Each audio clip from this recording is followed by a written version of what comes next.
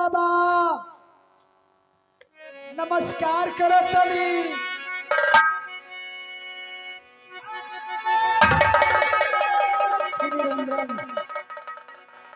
कौन है?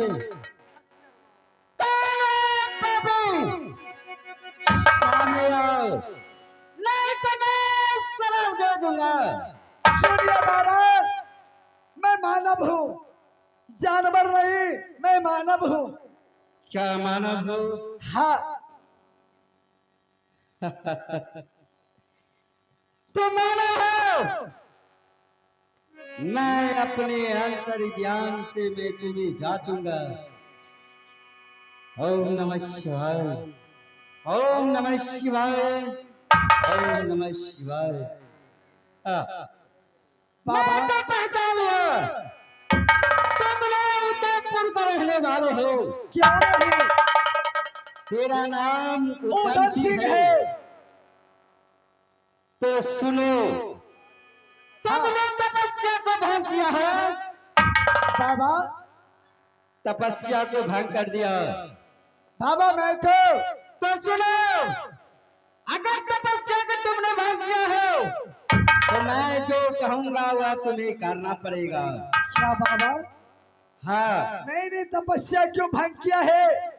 तो जो आप कहेंगे वो मुझे करना पड़ेगा। करना पड़ेगा। ठीक है बाबा, ये मुझे मंजूर है। मंजूर है? हाँ क्यों नहीं? तो सुनो, हमारे कुटिया पर एक सुंदर सा लड़की है, उसे तेरा नाम नहीं है और मैं जानता हूँ तुम्हारे कंगुलिया उंगली में अमृत का धारा है। अगर तुमने अमृत का धारा उसे आंख में डाल दोगे उसे आंख हो जाएगा। क्या बाबा, क्या आप जानते हैं जो मेरे बाएं हाथ की अंगुलियां अंगुली में अमृत का धारा है? हाँ क्यों नहीं, मैं जानता हूँ। कैसे आप बाबा, आप तपोबल से जानते हैं? तपोबल से जानता हूँ। तो फिर क्या होगा? ये अमृत का धारा तो मेरे हाथों में है, तो इसको क्या करना है?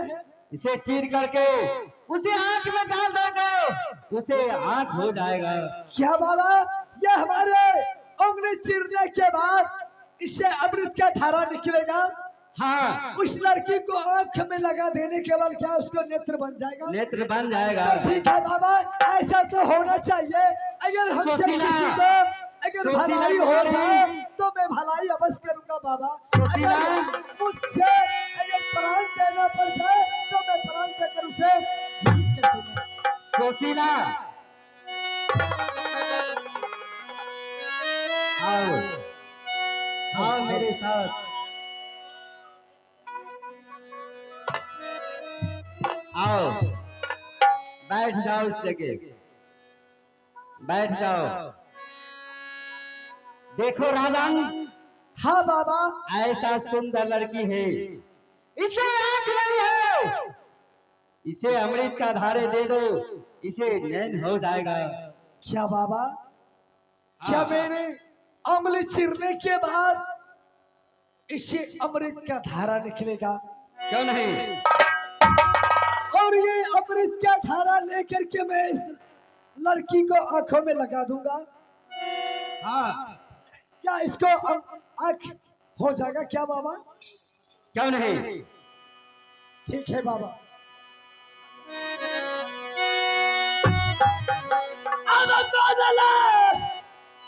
अब चलिया हो बाबा जी।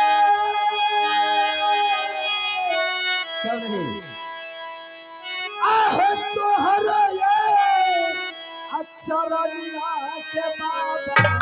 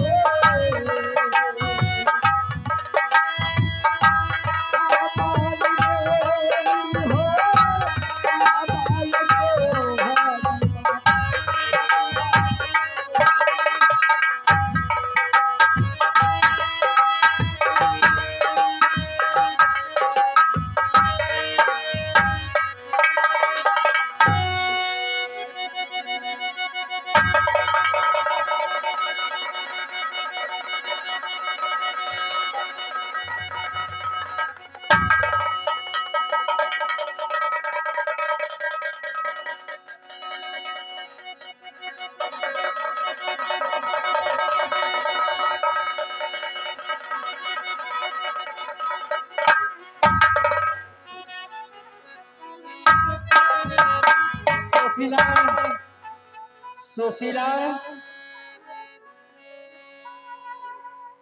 गुरुदेव बाबा सुशीला प्रणाम। खुश रहो। सुनो, हाँ बाबा। अब मैं तुम्हारे कब तक मैं रखूंगा? मैं सोचता हूँ जो किसी के साथ तुम्हें शादी रचा दूं। क्या तुम्हें मंजूर है? बाबा ठीक है। बाबा क्या मैं चाहूं मैं अपने मकान तक चलूं? सुनो राजन, मैं इस जंगल में ऐसा सुंदर लड़की को मैं कैसे रखूंगा? तुमने आंख दिया है इसे तो तुम्हें अपने आग धानी बना करके अपने रात ले जाओ। बाबा ये तो आप बहुत अच्छा बात किए हैं। ये भला बताइए मेरे मकान में मेरे पटरानी है, अगर मैं इसे ले जाऊंगा तो क्या वो पटरानी मुझे रहने के लिए देंगे? क्यों नहीं? एक मयान में दो तलवार चलेंगे। क्यों नहीं? सब चलेगा। सुनो, अगर तुम नहीं ले जाते हो तो तुम्हें तिरिया बद लगेगा। बाबा मेरे महल में महारानी है, इसे नहीं रहने देंगे, दुर्दशा करेंगे। दोनों बहन बन करके रहेगी। ठीक है बाबा, तो मैं इस लड़की को मैं अपनी शरण लगा लूं? हाँ ठीक है। और सुन लो, अगर इसे कष्ट हो जाए तो तुम भी पागल हो जाओगे। नहीं बाबा ऐसा नहीं होगा। कष्ट नहीं होना चाहिए। अरे साथ जिएंगे क्यों नहीं? साथ मरेंगे हम दोनों हैं। मरने से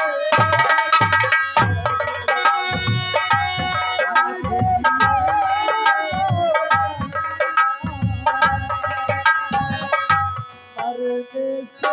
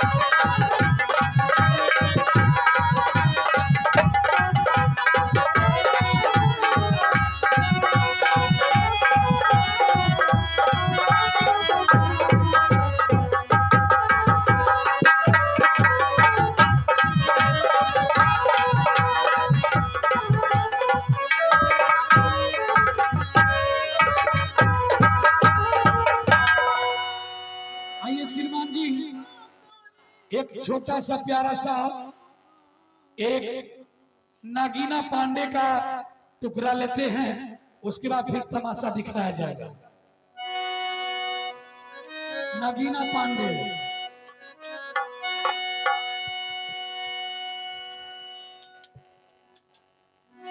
और ससुरा मेरा हो बनाई हो,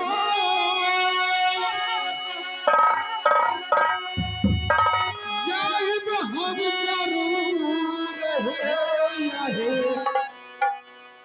मिलल बादशाह रवि सैया, मिलल बादशाह रवि सैया, न सबे में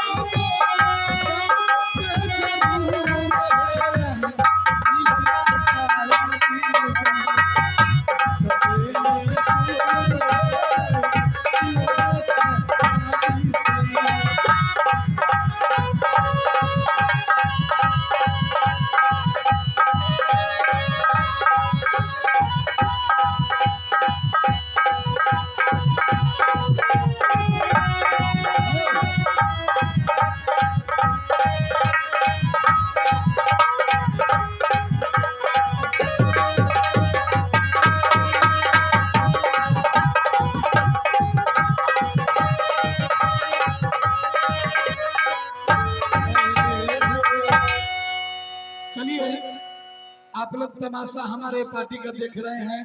शंकर सुशीला, भाई बहन का प्यार, क्रिया चरित्र, घर घर की कहानी।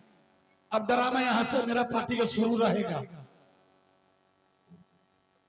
हेलो, पति देव ने कहे थे जो रानी मैं जा रही हूँ और जंगल से मैं शिकार लेके आऊंगी, लेकिन अभी तक शिकार लेके नहीं आए ही। मैं कब तक मैं इंतजार में करूंगी। गाड़ी के कारण साखी सिंगार भतार जब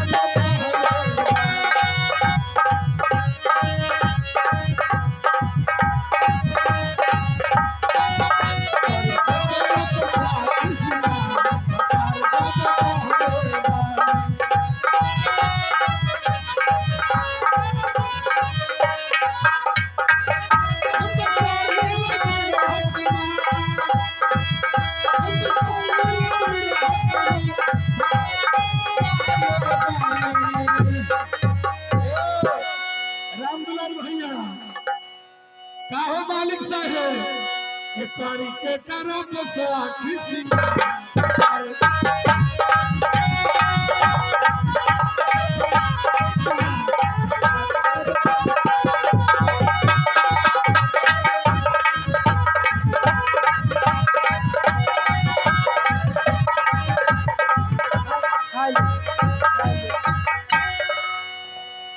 सुनो,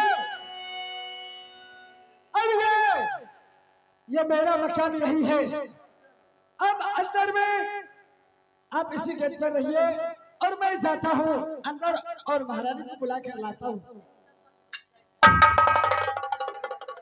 कहिए महारानी, क्या खबर है? मैं आ गया जंगल से। क्या आज देख रहे महसूस क्या बात है? अब गोरा तोरा लगे या बसानी,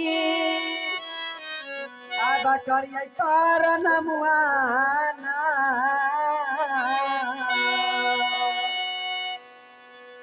अब गोरा तोरा लगे या बसानी, अब करिए पार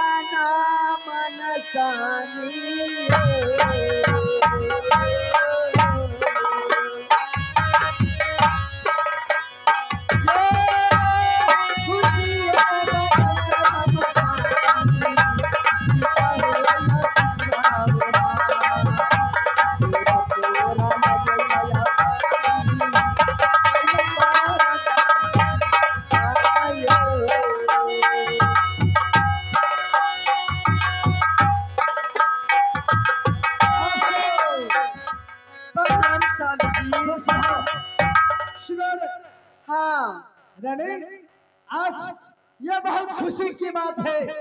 मैंने जंगल गया शिकार खेलने के लिए, बहुत अच्छा अजूबा चीज तुम्हारे लिए मैंने लाया हूँ। ये पहले बताइए, हाँ, जो आप कह के गए थे रानी मैं जा रही हूँ जंगल शिकार खेलने के लिए, हाँ, तो मैं जंगल शिकार जब जंगल गए हाँ, तो क्या खिलौने लाए?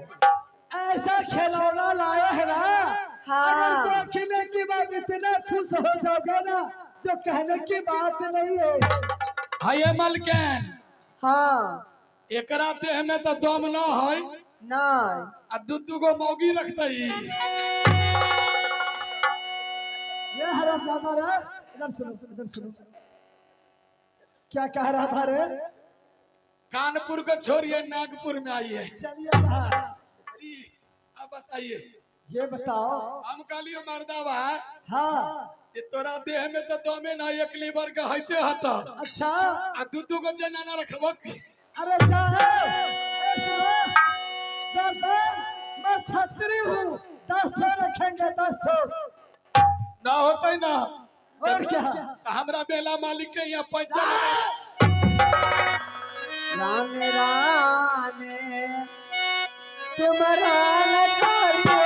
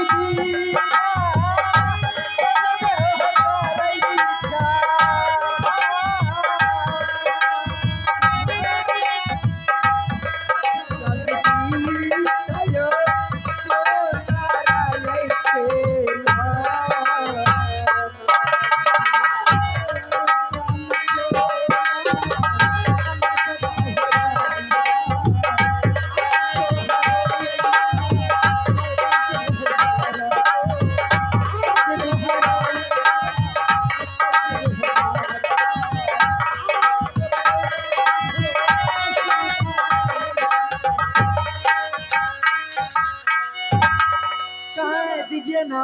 महारानी हाँ आपके लिए ऐसा खिलौना लाया हूँ ना, अच्छा। जो देखने के बाद अति खुश हो जाओगे।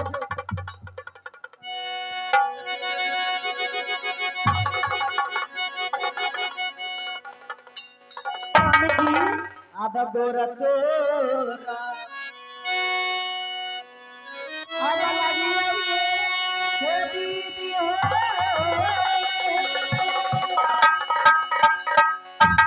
मर्दावा कल के खिलौना लौकइबे, यह खिलौना।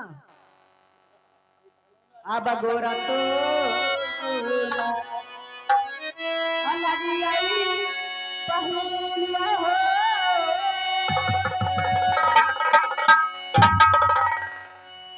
अपया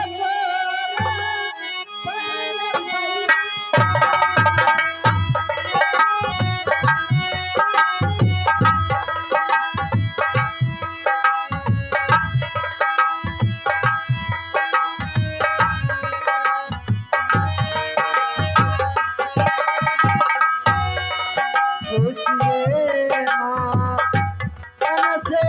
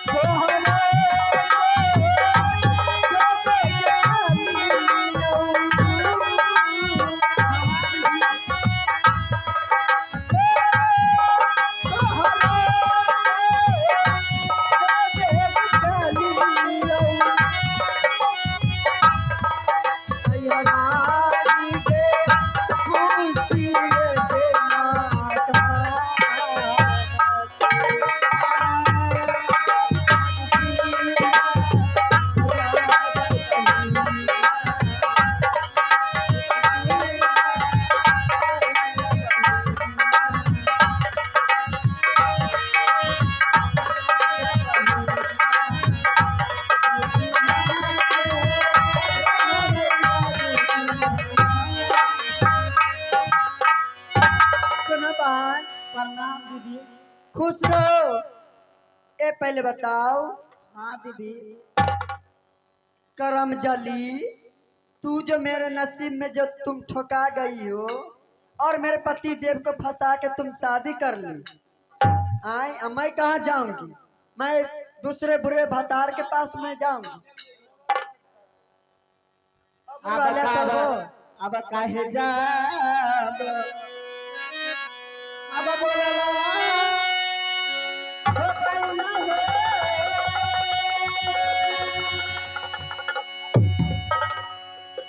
अब बोलिया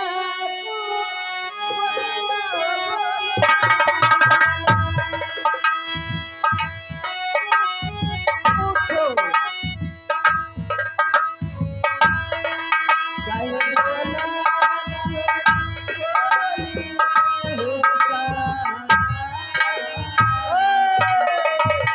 गोरपाल, हाइये मालकन अरे बखाओ का। तोरा बहिनी तहिने अच्छा ये बता, देखी मालिक जे बियाह क के जे ले आइलो, स्टेज के पास आने कष्ट करेंगे बाजा ऑपरेटर। की भेला? मालिक जे बियाह क के लो आइलखिन, अच्छा जब उ जनै रहै जे हमरा घर वाली है तो ओकरा दोसर बियाह करना जरूरी रे। आय दुख अगर- दैला हमरा क ले। देखो, अगर मालिक दोसर बियाह कलखिन तो तोरा टेंशन कल्ला है। तू हमरा मेला मालिक भैया के जरे चलना चाह, तू भाग जा। आय भाग बखाओ। अरे मर्दावा पर किस्ती सजबै रहते समूह वाला। ये मेला मालिक रखबा हो। अब फैसला हमें गाती हे दीदी हो। हाय सौतन, अब तो जाबे ढोला होगी।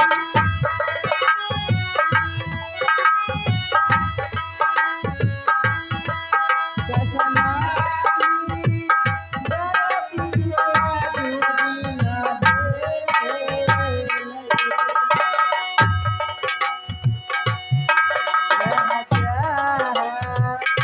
कहबा है सौतन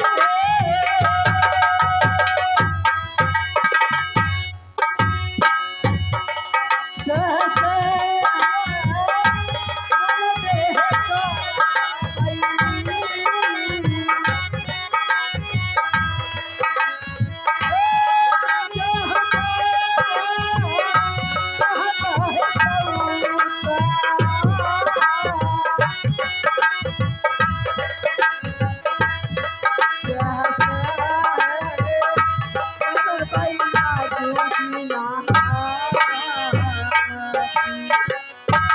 दीदी बोलो। ये बता हाँ हमसे कौन गलती हो चुका है जो इतना आप बेइज्जत कर रहे हैं दीदी? अच्छे पहले बताओ, तुमको कुछ काम धंधा करने आती है? हाँ पूरे।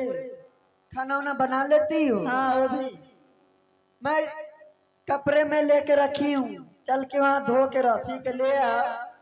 और बर्तन बासन धो के एक घर आंगन सारे झाड़ू लगा लेंगे। अब नहीं जा हाँ अब करवई खेती है।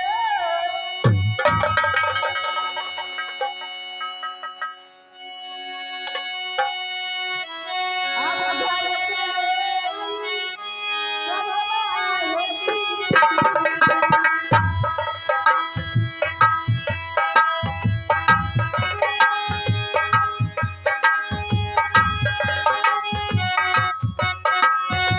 बोलो ना। नहीं